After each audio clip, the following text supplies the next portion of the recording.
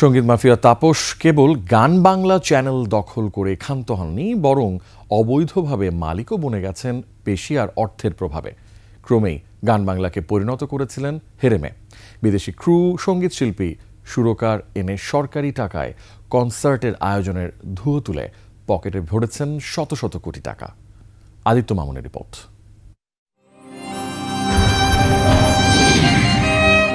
কাগজপত্রে গান বাংলা চ্যানেলের প্রকৃত মালিক আবৃত্তিকার প্রশিক্ষক রবিশঙ্কর মৈত্রী। 2013 সালের 15 জানুয়ারি নিজের পকেটের টাকায় পিটিআরসি থেকে তরঙ্গ বরাদ্দ তিনি নিয়েছিলেন। কিন্তু দৃশ্যপটে তখনও কৌশিক হাসান তাপসের নৃত্যগীত শুরুই হয়নি।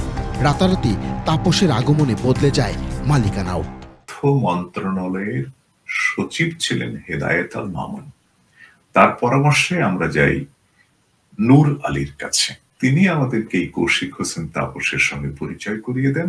তো কৌশিক হোসেন তাপস আমাদের চ্যানেলে যুক্ত হয়ে যান। যুক্ত হওয়ার পরে যেটা করেন উনি, মেমোরান্ডাম পাল্টে আমাদেরকে একেবারে নেই করে দেন।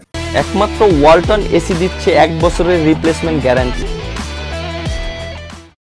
অর্থ আত্মসাৎ ও প্রাণনাশের মামলায় রবিশঙ্কর মৈত্রীকে দেশছাড়া করে তাপস নিজেই 70% শেয়ার নিয়ে বনে যান মালিক। তৎকালীন সংস্কৃতি মন্ত্রণালয়ের যোগ সাজসে তাপস একের পর এক মোটা অঙ্কের বড় বড় কন্ট্রাক্ট বাগিয়ে নিতে থাকেন। গান বাংলার কারণেই মূলত আমাকে দেশ ছাড়তে হয়, জীবনের হুমকি আসে এবং একটা সময় বুঝতে পারি যে ঢাকা আর আমার। বিজয় মিছিল সাজা খুশিতে নাচে হৃদয়। এবার আপনি জয় বাংলা কনসার্ট সহ বিভাগীয় শহরে সরকারি টাকায় গানের অনুষ্ঠানের মাধ্যমে কোটি কোটি টাকার তসরুপ করা তাপসের জন্য ডাল ভাত। শুধু তাই নয়, সানি লিওনকে নিয়েও করেছেন চোখ ধাঁধানো আয়োজন।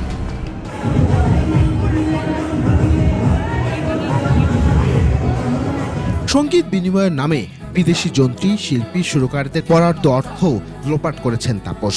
বিদেশি সেই সব শিল্পীদের আয়করও জমা দিতেন না স্ত্রী মুন্নির ক্ষমতা আর প্রভাবে। মন আমার দেহ ঘড়ি সন্ধান করি কোন মেস্তরে বানাই আছেন।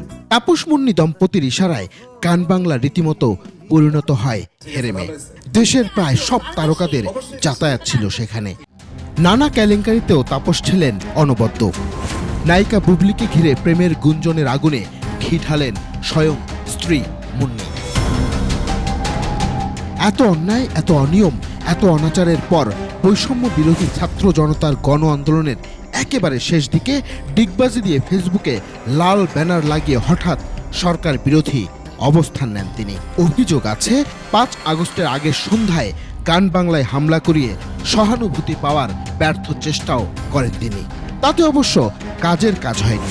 শেখ হাসিনার দেশত্যাগের পরপরই বিক্ষুব্ধ জনতা গুড়িয়ে দেয় চ্যানেলটি। আদিত্য মামুন, 21 টেলিভিশন।